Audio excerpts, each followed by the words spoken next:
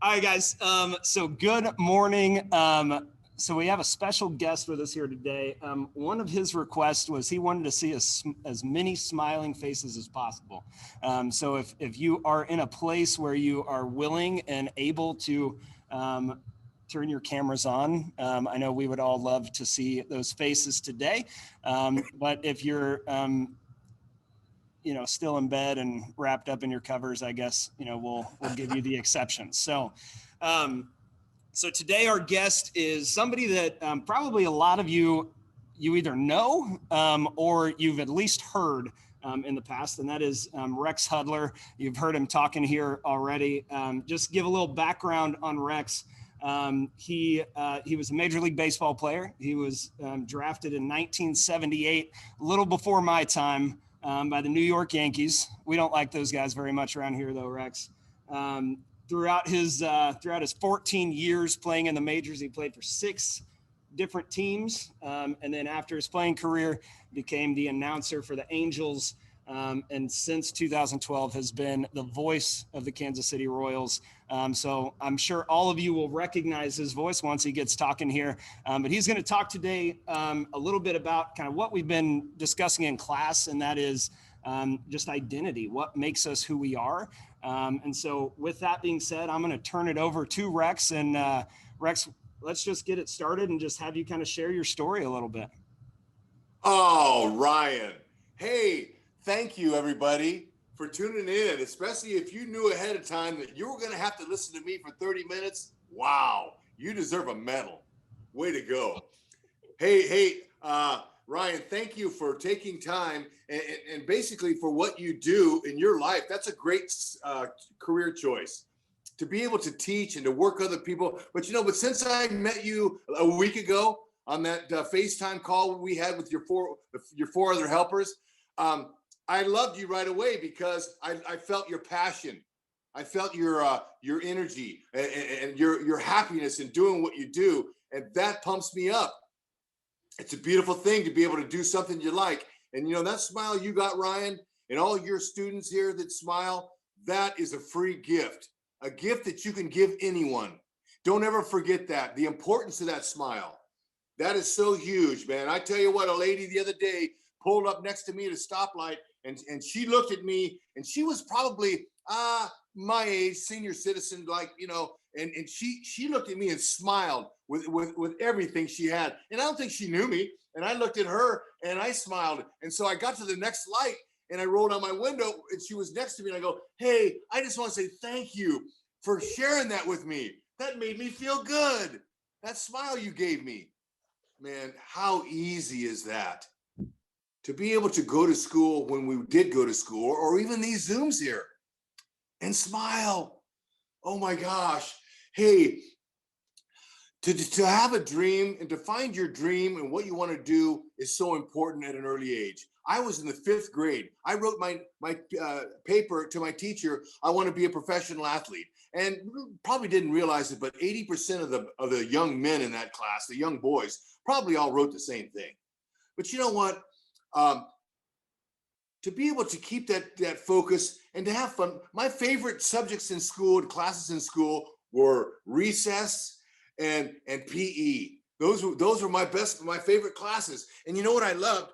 I loved competing during recess in class. I loved beating my opponent, beating my classmates. And that just kind of carried over. But in order for a person, in my opinion, a young person to be able to fulfill their dreams, they have to look beyond themselves.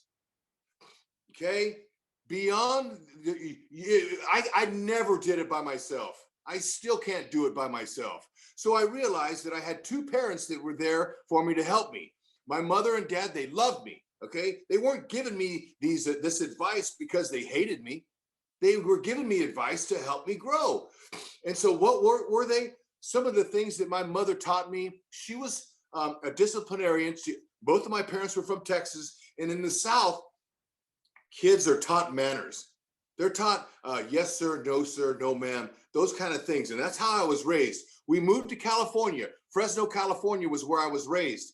And the California folks, they didn't raise their kids to say thank you or to say yes sir, no sir. I mean, the basic manners, please and thank you, those are all a given, and hopefully that you learn those. Why? So that you'll have favor. You can have favor with others. First impressions, you're going to find out, first impressions are the biggest impression you'll make on that person. Maybe you know them for 40 years. The first time you meet them is huge. That's why you have to be equipped with some of the best stuff. And what is that? My mom always said, son, you look them in the eye, you look at them, and you shake their hand firmly, and you say, hi, how are you? And you speak, and you look at them, and you look interested. But that firm handshake is important, because that tells a lot about how excited you are to meet that person and maybe who you are. I'll tell you, there's nothing worse than a dead fish. If you shake somebody's hand and they don't shake yours back, man, I'm like, oh, it's a bad feeling. I want to go, oh, that's horrible. Shake somebody's hand firmly and look them in the eye. Okay, so I continued to play 3 sports in high school. I played baseball, football, and soccer.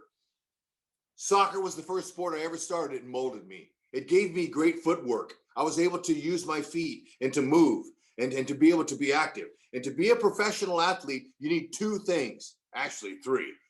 Power, speed, and a healthy mind to help direct your path. You need those 2 things, especially power and speed. I was blessed with them. I had speed. Soccer helped me. I'm getting towards the end of my high school days, and my mom said, hey, son, you're getting pretty good at all 3 of those sports. Why don't you eliminate 1 sport and concentrate on 2?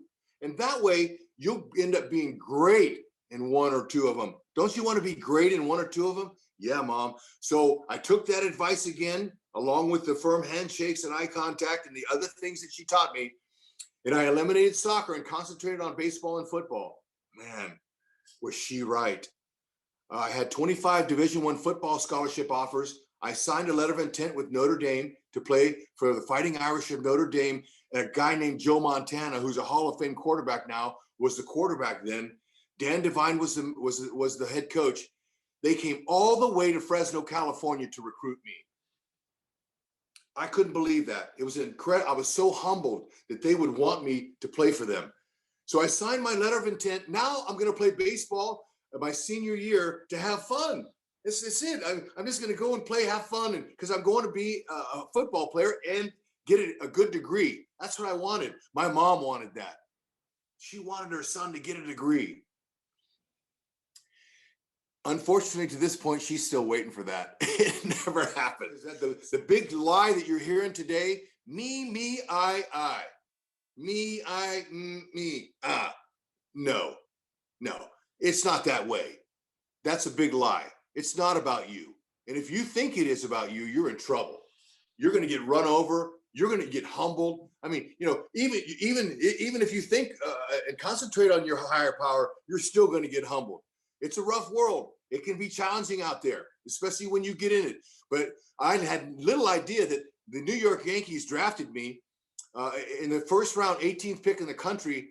On the draft day, my senior year, I came home. It was in June, and I walked in the door and I said, "Hey, Mom, today was the draft. Did anybody call?" And she goes, "The damn Yankees drafted you." And I go, "What? The New York Yankees drafted me?" I go, "Wow, Mom, what did you tell them?" She says, "I told them they wasted their pick. My son's going to college. He's going to Notre Dame." And I said, "You told the Yankees that they wasted their pick?" Oh, Mom. So a week goes by, and I don't hear from the Yankees. I'm going, "Way to go, Mom. You scared them off." She goes, "No, son, they'll call."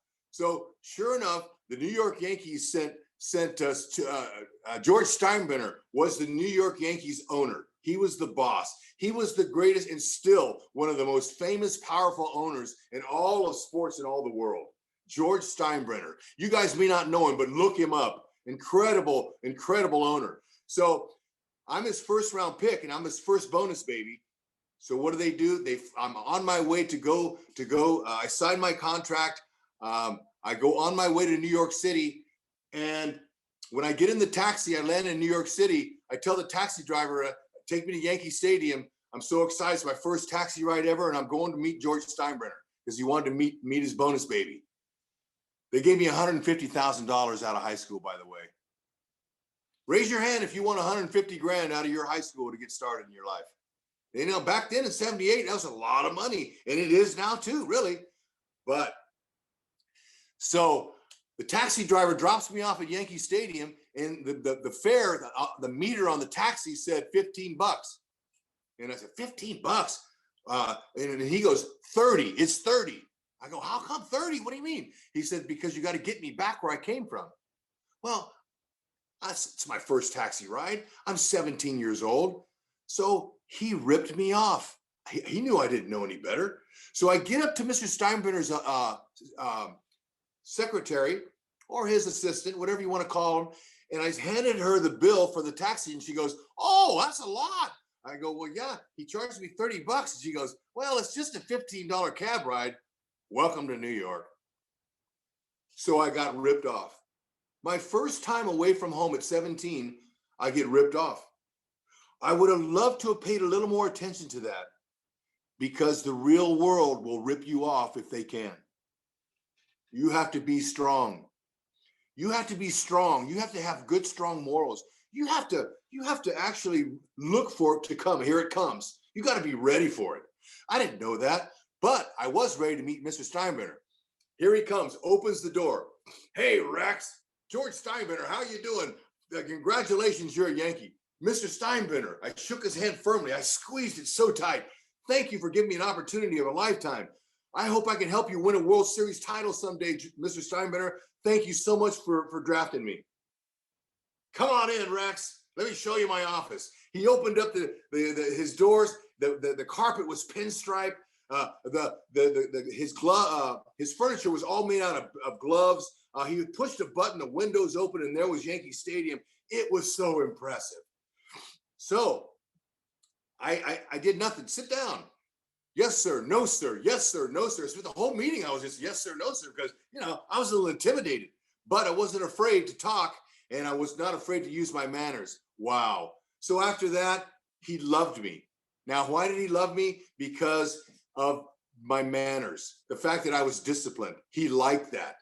So he stayed close to me for the 7 years I was with the New York Yankees. And then eventually, they either keep you or they move you on, and he traded me. And when he traded me to the Baltimore Orioles, I got a letter from him and wrote me a letter saying, Dear Rex, thank you for exemplifying what it meant to wear the pinstripes, the way you hustled, the way you played. Congratulations, and I believe you're going to be an everyday player. And I traded you to my favorite manager, Earl Weaver, in Baltimore. Good luck. Wow, was I proud of that letter. I wanted to show my mom what the boss said about me. Life is short, and your experiences can be short. Little did I know, and I wanted to have a great long career, but I was on a journey. As I signed a pro contract and went on and played, I was like a small fish in a big pond, a big ocean. Everybody was All-American in high school. Everybody was a star like I was. Okay? Now all of a sudden you got to figure out how to swim. Now you're in this water. How do I swim with all these guys? Well, I figured it out. I was competitive. I had the same drive I did in elementary school. I want to beat my opponent. You have to have all those things in order to get to the top. Well, there was a lot of things that I needed to learn. One thing is that everybody that signed like me wants to be a major league player. They all want to be there. So when I'm out there playing and my competition's sitting in the dugout, the human nature is to not pull for me. Miss. I hope we strike out. I could feel that animosity on my own team whenever we broke camp to go to where we played. Yankees, Orioles, Expos, Cardinals, Angels, Phillies. I played a year in Japan. Like Ryan said, I was like cow manure. Cow manure, what do they use cow manure for? They spread it all over. But what do they spread it for? They spread it so things will grow. Okay, I learned a lot. I didn't need a paper degree, although I'd like to have one still, and I might go back and get one. My degree was a worldly degree. I learned how to survive in the world, and I'll tell you what, it wasn't easy early, and it wasn't easy later, except I learned how to fail. Baseball is a failure game. Leads me to our other subject. Okay, I tell you what a journey that career was. Second question: how does failure help shape your identity? How do you handle failure? First thing was body language. Whenever I got beat, the camera, there was a couple hundred thousand people watching the game on TV. And when I would strike out or made an error and I'd walk off the field, I would see some of my friends or some of my teammates walk off the field, their head was down. They were walking off the field, and I'm thinking to myself, wow, that looks bad. You just look like you got beat. How about if you strike out and with the bases loaded in a big situation, you raise your head and you put your chest out and you walk back to the dugout looking with your head up and your eyes up, looking and not dragging your eyes, not having your head down. That's one visual way of letting your opponent who's watching you, the fans in the stands, the people who are in front of the camera, they're all watching you. How are you gonna, what are you gonna show them? What are you gonna show them? Are you gonna show them your disappointment? When you get in the dugout, I can't stand watching a player go in the dugout and put his hand over his head like this and maybe put a towel over his head. And I'm saying, what for? Get your head up. You just got beat by another professional player who's paid to beat you. You didn't get beat by some other, an amateur high school player. So what's wrong? Get your head up. Don't let people see you with your head down.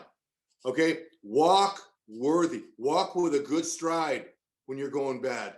Okay? Here's the thing. Baseball, if you make an out 7 out of 10 times. Okay, so you get a hit 3 times out of 10 times up, you're considered one of the best in baseball. But I know in business, if you failed 7 out of 10 times, you wouldn't have a job very long in the real world. No boss is going to accept that kind of failure. But in baseball, it is. You accept it because it's hard. Well, let me tell you something. You want to be the best in the world at what you're going to do and your future goals, and I hope that's your aspiration. You should all aspire to be the best. And if you don't know what you're going to do, find something. Find something quickly. Because the sooner you find out what you want to do, you're not going to waste any of your time trying to get there. A smile, a light, encourage somebody else, be a light for others. Oh, really? I can do that. Yeah, and you're also going to let me play for the Yankees? I'm going to play for the Cardinals? I get to go to Japan and play a year of baseball there? Oh, man, that's pretty cool. But before that, I was a 10-year minor leaguer. Okay, it took me 10 years to reach my goal. And I never quit. I didn't give up. I could have. I got an offer to go back to Fresno State University and catch passes there and play football at 22 years old. The coach said, "Hey kid, you're never going to make it in baseball. Why don't you come out here and let's do what you used to do and play football?" Coach, that's a great offer, man. Yeah, he goes, "You've been in 6 years in A-ball." In baseball, the progression goes A-ball, AA, AAA. If you're going that good. 6 years in A-ball? I had a chance to get a full degree during that time. It was painful. Man, and I kept going home and all my friends and family from Fresno, California kept going, "Wow, you got this #1 pick, 18th pick in the country. We thought you were going to be a big leaguer by now. How come you're not?" Well, it's not that easy, but I'm hanging in there and it's going to happen. I just believe it. So Coach Jim Sweeney at Fresno State, I said, "Coach, thank you for the offer. I love you. I'm going to make it in baseball. Thank you so much. I turned down the greatest football team in the world. I'm going to make it in baseball. Thank you." And as I left, I threw another log on that fire inside, that internal fire, that drive. I'm going to make it. Another person doesn't believe I'm going to make it. Watch me. I'm going to make it. I knew. God was right. I played on every last place team. I played on some good teams and some teams that were expected to do well, but they didn't. So when I walked into the clubhouse each day, I would drive in my car to the ballpark and I was hitting 200. That's not good. I might be, my batting average was bad. I wasn't playing very well. And, I wanted to make a job for next year. I just got married. I got kids I want to have. I want to make a future for them. So as I'm driving to the ballpark, I'm finding a way to get myself pumped up. You have to find a way internally to get excited about what you're doing to be successful, because you'll get run over if you don't. So I'm looking at different jobs around the. I look at a guy hanging a wire. I'm going, wow, look at that. I could have a job like that. No, I don't want that. I'm a big leaguer. I'm going to the ballpark. Oh my gosh. I'm a Major League Baseball player. I'm one of 800 in the world that gets to go to Major League Baseball and play ball. Isn't that good enough to fire you up? All right. So by the time I walk into that door, that clubhouse door, where there's going to be 25, 30 guys plus 15 media people, writers from papers, major leagues, man, they report on stuff. So how am I going to walk in that door? Am I going to walk in that door and let them see a 200 hitter with my head down and not even look at them? Am I going to walk to my locker? Loser? No, that's a loser's mentality. That's not how you handle failure. You by the time you open up that door, it's a new day. What happened yesterday's gone. What you do today is what's important. So I'd walk in that clubhouse like I'm hitting 300. Walk in there, look at every media person in the eye. Look people in the eye. Hey, how you doing today? Nice to see you. Hello. Hi. Hey, what's up? By the time I get to my locker, a couple of those media people had already been scowled at by ball players walking in there because they're angry about what happened, being in last place, and they're walking around like this. That writer would come over and he'd go, man, what's up? Don't you know you're hitting 200 and you're not playing very well, but you look like you're hitting 350. And I said, sir, I forgot about yesterday. Today, I'm in the lineup today. I got a chance, man. I'm moving ahead. I'm gonna go 4 for 4. I'm gonna help my team win. There you go. Simple way to handle failure. Simple way to how to move on quickly in your life. You're expected to fail in Major League Baseball. But how you handle it and how you digest it, I call it humble pie. Everybody's humble pie. And in baseball, everyone gets a piece of humble pie. Some get the whole pie. I got the whole pie. How do you ingest humble pie? How do you ingest failure into your system? You eat it. You eat it and chew it and like it. And it goes down in your stomach and you go, you know what? It's kind of a little bit bubbly down there and it's kind of sour in my stomach a little bit, but I'm going to like it. And I'm going to ingest it and I'm going to take it and I'm going to learn from it and I'm going to move forward from it. I don't like it. I don't like the humble pie, but I'm going to take it and I'm going to ingest it. So when you handle failure, don't go around and go, oh my God. And you can do that. It's okay if you go home. Don't let nobody see you do that. But you better rebound quickly, because in baseball, guess what? Someone will take your job. Whew. So thankful I learned a lot as a player. How to handle life. As my career goes on, I'm more comfortable. Heck, I got to play in every stage. At 17, I played all the way till I was 38 years old. So in my mid-30s, I'm like, wow, this is fun. I love coming to the ballpark. I loved making a difference. I loved serving people. The fans down the line, I would take a couple batting gloves and I would go down there and I would look for a kid that looked like he was struggling. The fan, maybe he was, he had dirt, and they're the cleanest people ever at the ballparks. They're not. So, there's a lot of kids. So I would look for somebody who needed a lift and I would give him a glove and say, here's my batting glove, kid. Have a nice day. And the kid would run up. I'd watch the kid. He'd run up to the aisle and he would show his dad. Dad, look what he gave me. I'll never forget the joy that I got from making other people happy. It's about others. What we do for others is what matters and what lasts. I learned that as a ball player. And so, like every team, whenever my contract was up, where am I going next? Well, I don't know. In baseball, you control two things: your attitude and your ego, and your output, your hustle. Your attitude and your hustle. That's all I could control. I couldn't control where I was going what team I was playing for, where I was hitting in the lineup. So if you have any talent and you concentrate on what you can control, that's good. I focus, good attitude every day. Coming in, yes sir, no sir. Hey, how you doing? What can I do for you? Those type of things. Hustling, a little ground ball back to the pitcher. Oh man, I'm hustling. I'm going hard. Am I in? Hey, did I cut out, guys? No, you're good. You're still there. Okay, what next? What's my next subject? So Rex, let's start talking a little bit about just identity and really kind of in your role as the voice of the Royals, how you've kind of seen not only your identity change through that, but the identity of the city and how your role watching Kansas City sports go from that last place team to being on top of the world in every sport at this point in time. Just kind of talk about. Thanks, Ryan. Okay, so towards the end of my baseball career, actually early in my career, my rookie year, a teammate of mine named Dave Winfield, Hall of Fame baseball player, told me, "Hey kid, look, there's one thing guaranteed a ball player." I said, "What's that?" He goes, "You'll be an ex-ball player." You mean I'm not gonna be able to play baseball my whole life? No.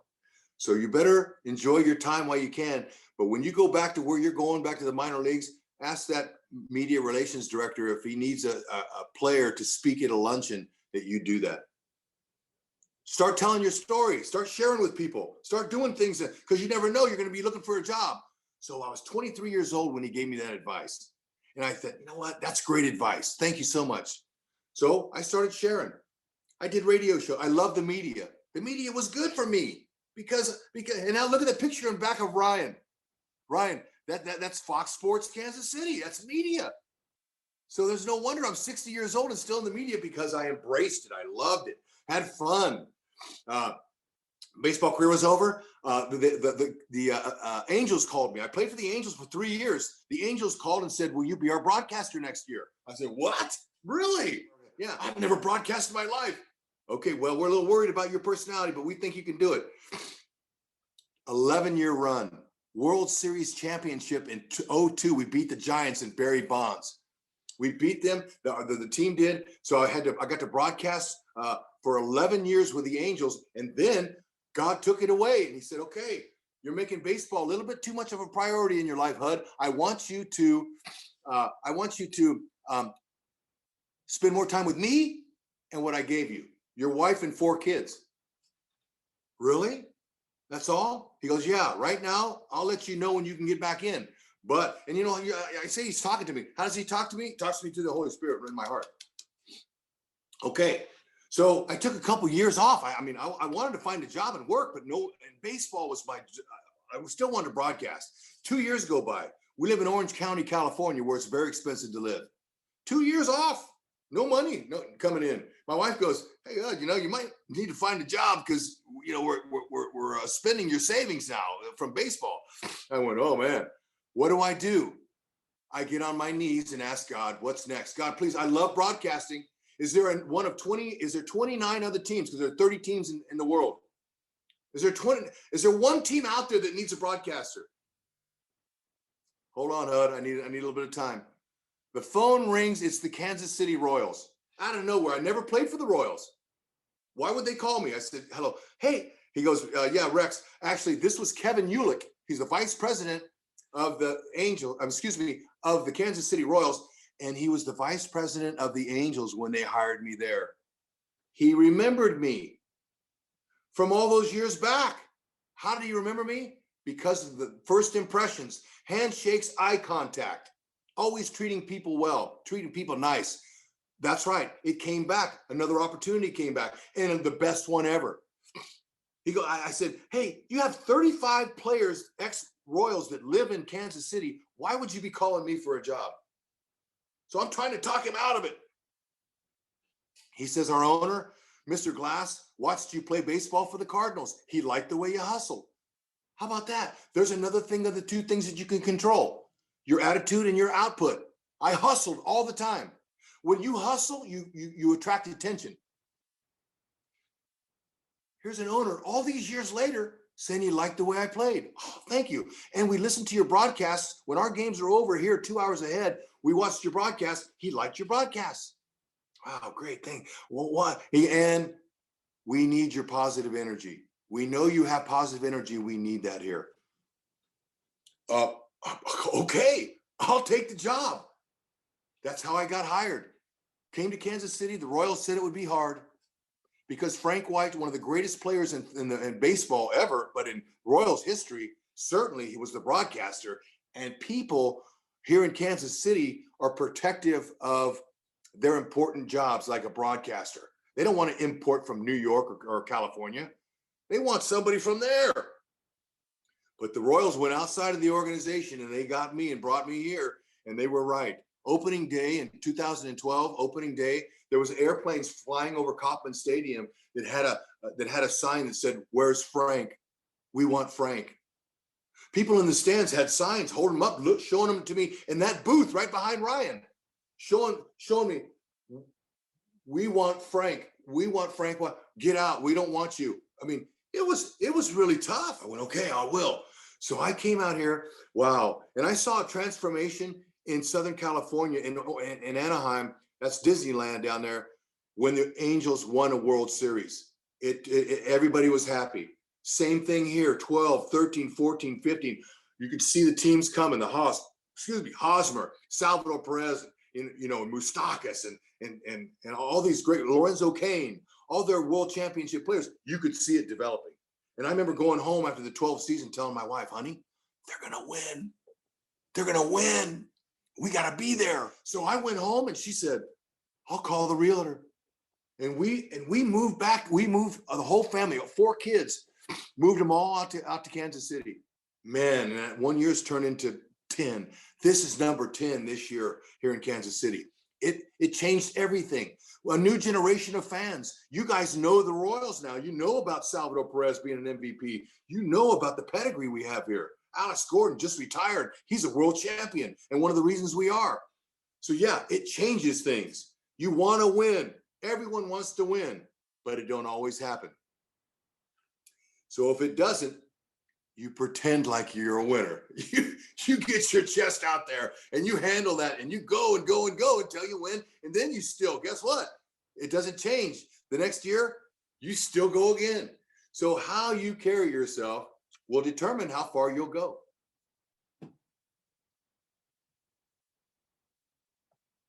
What else, Ryan? All right, good stuff. Kate, Alondra, Kennedy, you guys, did you have any other questions that you want to throw at him?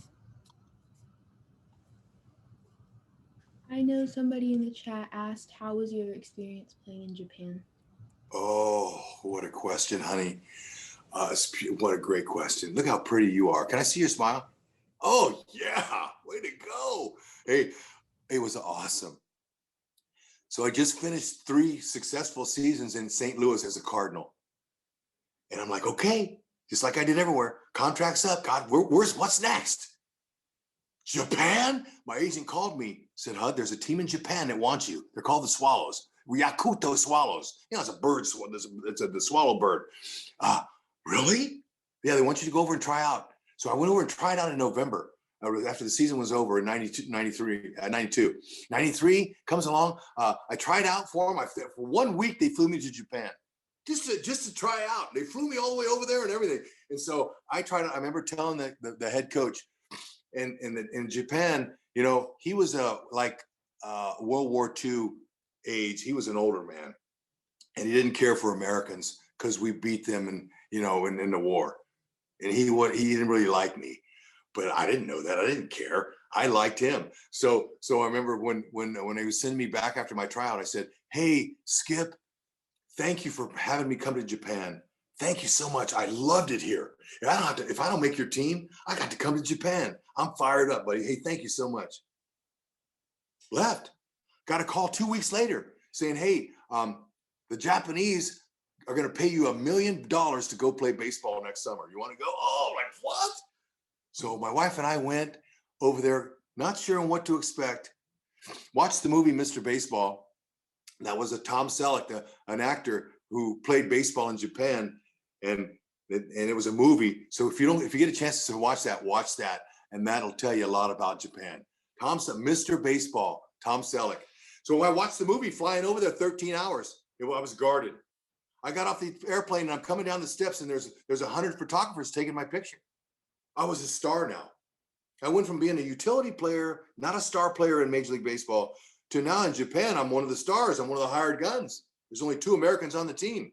So they're taking all these pictures. I look at my wife and I go, wow, how about this, huh? I kind of, fixed my eyebrows, my hair. And so it was fun, but there was pressure. They expected me to hit 400. And so the manager called me in and would yell at me, in Japanese. And my interpreter is standing next to me, and I go, man, he don't look real happy. What's he saying? He said, you're the reason we're losing. Me? That's a team game. Okay.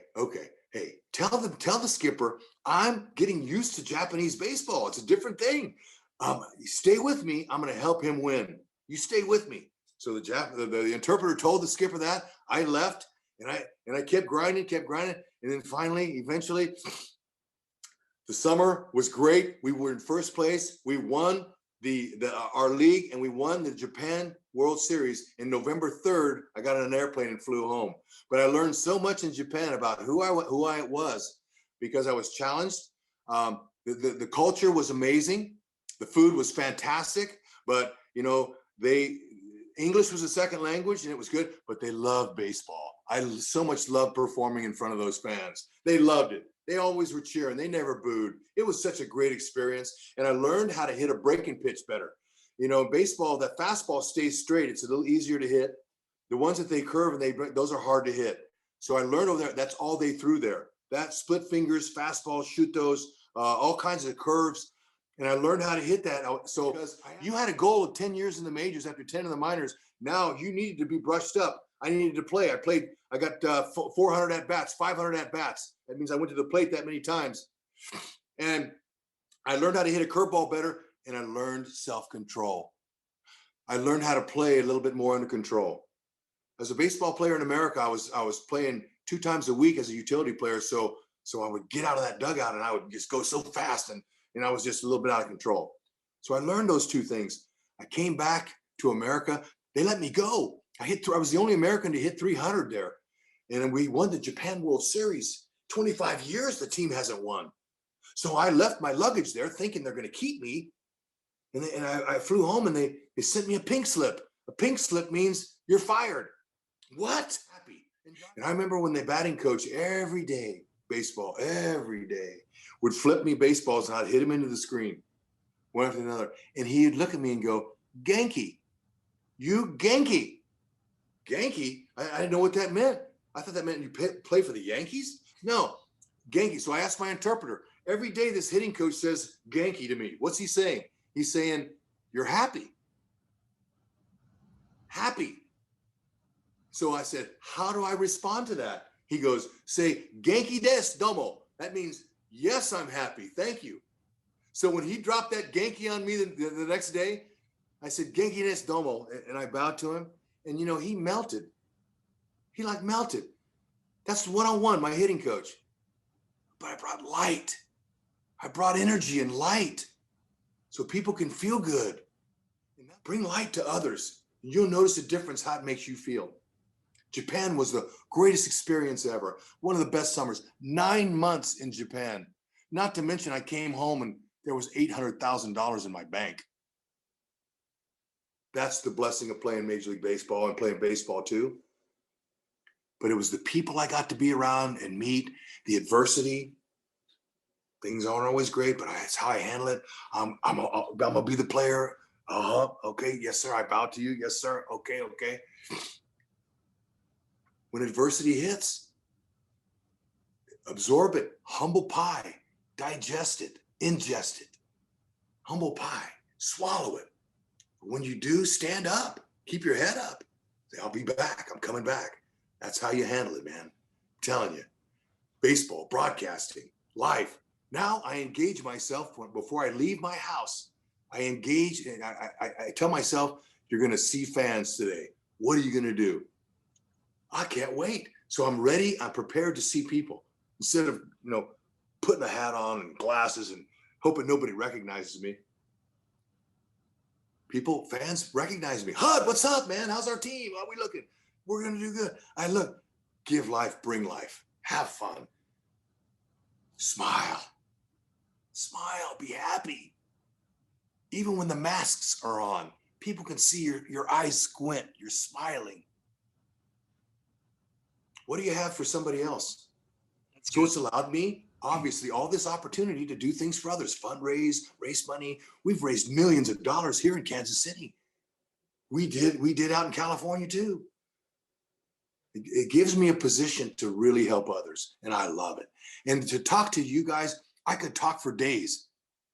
I would share all morning with you. We'd have other sessions. I'd take you in my baseball room and show you my baseball room. That would be 30 minutes right there. Thank you for letting me be a part of your day. Awesome, Rex. Appreciate everything you've shared. I do have 2 more questions I want you to just touch on so we can get our chat covered here. You got it. Somebody asked, what is your best sports experience? And also kind of tied to that, who's your favorite current and past baseball player that you've been around? Whoa, man. Great questions. Greatest sports experience. Wow, man, I've been to all-star games, home run derbies. I've been to, I'll tell you what, being a player, I was playing for the California Angels in 1995, and we were the team playing the Baltimore Orioles in Baltimore, Camden Yards, when Cal Ripken Jr., a Hall of Famer, broke the consecutive game streak of Lou Gehrig. Over 3,000 games, and I was playing second base the night he broke the record, and on the field, and then the whole baseball world shut down just to see that great achievement. And as Cal Ripken, they pushed him out of his dugout, he did a victory lap around the baseball field. I've never seen it done in the middle of a game. He shook hands with all the people. The whole world stopped and watched Cal Ripken break Lou Gehrig's record, 3,161 games in a row, consecutive games. It'll never be touched again. I was a player then, and the next day too, when he tied it and he broke the record. And just being there, I was 0 for 8. I didn't get any hits, but just being in that game of that significance in baseball history was the greatest experience I had. I think, Dave Winfield, Willie Randolph, Ken Griffey, Phil Niekro, all these guys were with the Yankees on the same team, but I was a young guy. And the older guys, they bring you in. Those guys brought me in. Cal Ripken, great teammate. I loved Mark Langston, a left-handed pitcher. I loved Tim Waller. I had a lot of great friends. Baseball has been my life, and it's been beautiful. Those are lifelong friends, my teammates. I cherish most all of them. Those were some of the big name ones. Tim Raines, and a lot of them are African-American players. They had a huge influence on me. Classy individuals who weren't afraid to share the game and to pass the game along, their experience, their knowledge.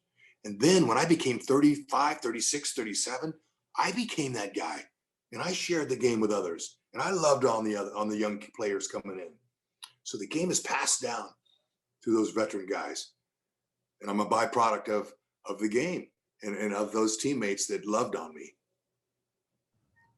Love it. So Rex, we got one last question to wrap up, and then we're going to let these guys go get some lunch. Kennedy's going to ask you that question here real quick. Hi, Kennedy. Okay.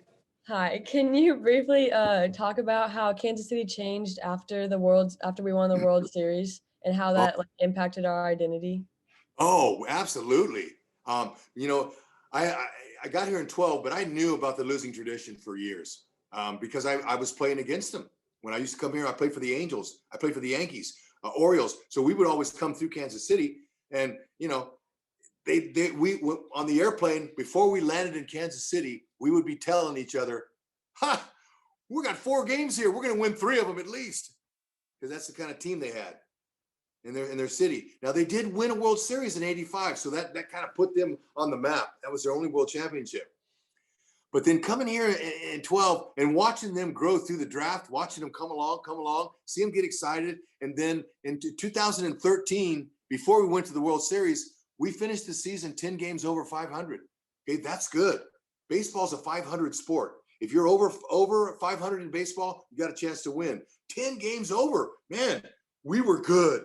Now here comes 14. You could feel the momentum. You could feel the city. You could feel the fans. They're coming out to the ballpark more. 14. And they didn't like me when I came here. I shared that. But you know what? There's a saying in the world and in baseball that winning cures all. Okay, it does. It doesn't cure some, it cures all. So when you win, everyone's happy. So they got used to their broadcaster even. Because baseball games start at 7 o'clock at night. And guess what? Most people are eating their dinner. So they're turning on the TV and inviting us in and having dinner with them as the broadcast begins. So it's very intimate. And it's an important position. These people are listening to our game and everything they say. I say, and you've already heard my English is brutal. I don't have great English, but I got passion, I got knowledge and energy. But man, it changed. 14. Here we come. We get all the way to the World Series, man. It's unbelievable. So the wild card game, one of the greatest baseball games I ever witnessed in my life. The wild card game, 1 hit, 14 innings. It was a marathon, but it was so exciting and riveting. I was down on the field because I'm getting ready to cover the game post-game interviews, and I'm down there and stayed for 3 or 4 innings because it went extra innings. And the fans behind me, oh, you could feel them. You could hear them. Come on, Hud, we got to win. We need to. So people were putting their whole soul in this whole thing. We win. We win the wild card, and we went on and won 6 straight postseason games and went to the World Series. You could tell all that. And the people went to work that day with a little hop in their step because at nighttime we get to watch the Royals. It's exciting. It gave them something to look forward to. So now we win 14 and we lose in Game 7. I've never been in a locker room. I went down there to say goodbye to those guys, and you thought somebody died in that locker room. It was painful. I wanted to leave. I left. I couldn't. They were so upset that they lost the World Series. So the next spring I come in there, the next spring in 15, and I look at those guys, and they all look at me like Uncle Hud. They call me Uncle Hud because I like to go in there and love on them, and have fun. They were angry. They were looking at me like this. And I go, man, what's up, guys? They wanted to win again, and there's a long season ahead of them. I said, man, take it easy. It's only spring. They went and they won the parade, all that, flushed all the losing. What that does is it flushes every bad thought about the team away. It cleanses the city. It cleanses them, just like the Chiefs. We've already been cleansed, but we're about ready to get cleansed again. It's reminding me of the Royals in back-to-back World Series. We're back-to-back Super Bowls here. Our city is on the rise. People are proud of being from Kansas City, and not just their winning sports, the way they treat people. For the most part, people in Kansas City are happy. They're proud. It's changed them for the good. Great. Awesome. Rex, we greatly appreciate your time today. Hopefully everybody got something out of that. I know I got a whole lot. Did anybody sleep? It's okay. I mean, I've put people to sleep before, so. No, it looks like everybody's up and raring to go. So for all of you all, there is I see him smiling. Yeah, I'm looking at him. So kids, for today, there's a Google form on Canvas under the Virtual Wednesdays module that we want you guys to check out and get done today. Just kind of reflect on everything we've kind of heard. And then we'll kind of circle back and kind of chat through some things tomorrow probably. Because Rex, you gave us a ton. You gave us a ton of stuff. Ryan, hey, look, you guys have to do Zooms all the time. I don't. That's why I'm so pumped about seeing these kids on here. I love it. Well, Rex, hey, can I keep you for maybe 10 more minutes if some kids want to ask some questions more directly to you?